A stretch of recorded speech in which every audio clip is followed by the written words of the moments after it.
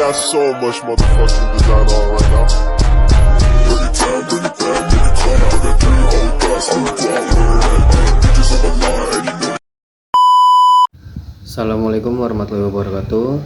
Izin memperkenalkan diri, nama saya Muhammad Raffi Syarul Ramadan dengan NPM 24210200152. Di sini saya akan menjelaskan apa itu teori hukum murni. Teori hukum murni yang dipelopori oleh Hans Kelsen menekankan bahwa hukum harus dipisahkan dari moralitas dan nilai-nilai sosial.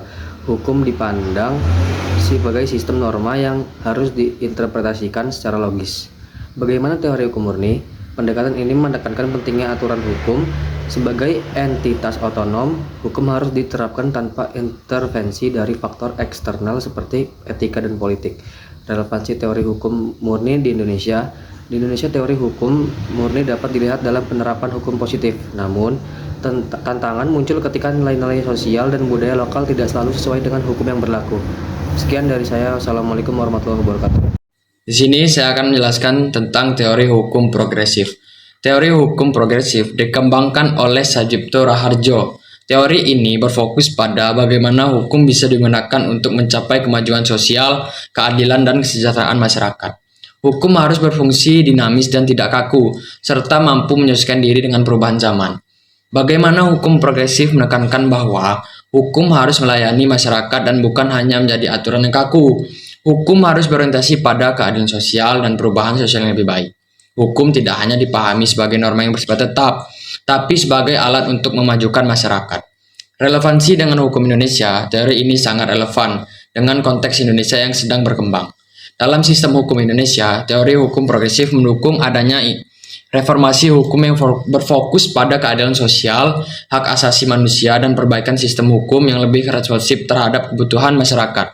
Misalnya, dalam konteks undang-undang, hak-hak minoritas, hukum harus bergerak sesuai dengan kebutuhan sosial yang berkembang. Terima kasih. Selanjutnya ada teori pluralisme hukum. Teori pluralisme hukum ini mengakui bahwa di dalam masyarakat terdapat berbagai sistem hukum yang hidup berdampingan seperti hukum adat, hukum agama, dan hukum negara. Dalam teori ini menekankan pengakuan terhadap berbagai keberagaman sumber hukum dan pentingnya dialog antara berbagai sistem hukum tersebut. Indonesia adalah negara yang memiliki keberagaman etnis dan budaya, sangatlah relevan dengan teori ini. Pengakuan terhadap hukum agama dan hukum budaya memberikan ruang terhadap pluralisme hukum yang harmonis. Yang keempat ada teori hukum pembangunan. Dalam teori hukum pembangunan ini dilihat sebagai alat untuk mencapai tujuan pembangunan ekonomi dan sosial.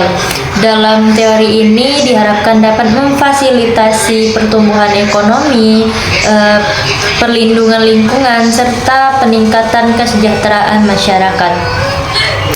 Dalam konteks Indonesia, pembangunan ini diharapkan dapat mendukung pembangunan berkelanjutan dan teori ini berfokus pada hak asasi manusia serta keadilan sosial.